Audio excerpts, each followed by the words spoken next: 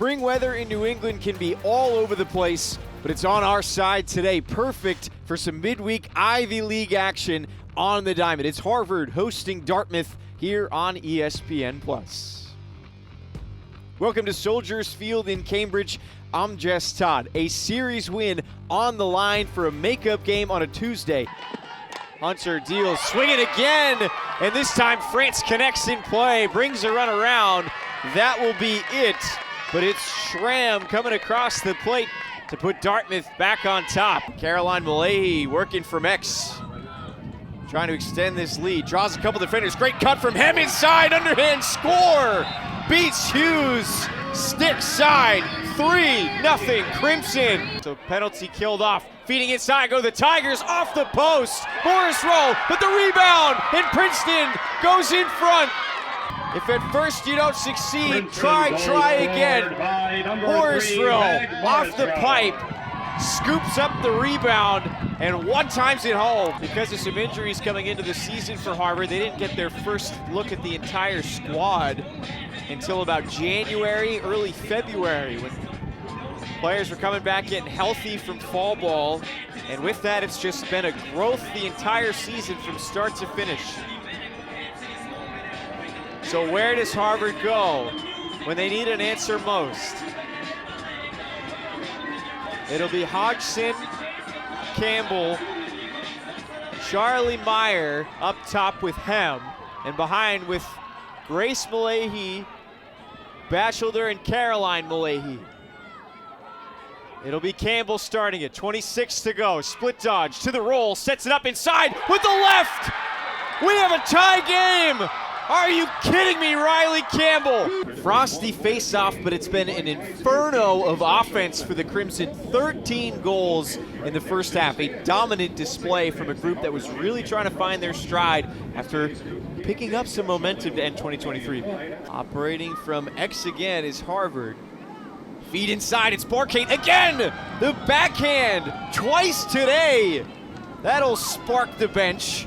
Campbell again, looking to attack. Stick in her left hand. Switches to the right, dodges down the alley, and she gets her second in a row. Harvard's offense this year, adding assistant coach Kenzie Kent into the mix.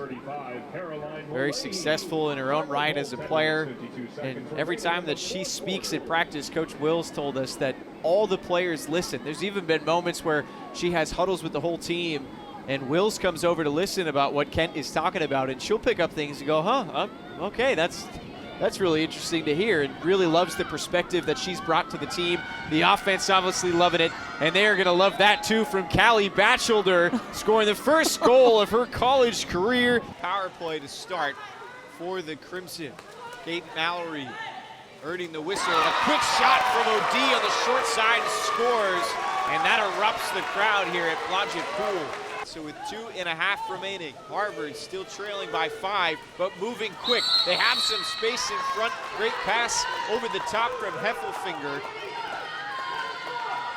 Prentice causing some issues, had everybody beat down the pool, and it leads to a penalty shot. Gilbert will take it. Yeah, Prentice did a great job of showing her maturity, realizing she had 2 Princeton defenders on her back. Gilbert skips and scores. Back-to-back possessions with a goal for the first year from Santa Barbara. 10 seconds left. Will there be an attempt? Tie up in the middle, behind the back. Liu missed. Wong gets the touch. 4-3 advantage with 5 seconds to play. Liu will need a miracle. Gets in there, but it's Wong on the parry. The riposte wins it for NYU. Put some fear into pitchers, especially in the Ivy League, every time to the plate. Chambers on a breaking ball, and you get a good look at it there. Ben Rounds, forget about it. It's been a very strong start to Jared Turner's career at the Division I level for hoops, but he actually has just as good of a background in another sport, lacrosse, which he's been playing since he was in first grade. Some great footage of that thanks to his father, Steven. Jared was actually second team all-conference his senior year at Gonzaga College High School, but had to endure a scary moment. During a game that season, Turner took a shot off the neck, went down, and when he tried to stand, Turner collapsed back on the field. The remainder of the game was canceled for his safety. An ambulance took Turner to the hospital.